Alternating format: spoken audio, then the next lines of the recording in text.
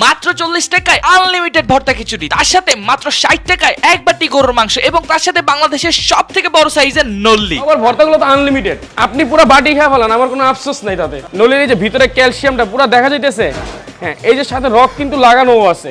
আমার চামচে যেই কয় পিস উঠে তাই দিয়ে, এটা হচ্ছে আমার হাতে একটা বদ অভ্যাস।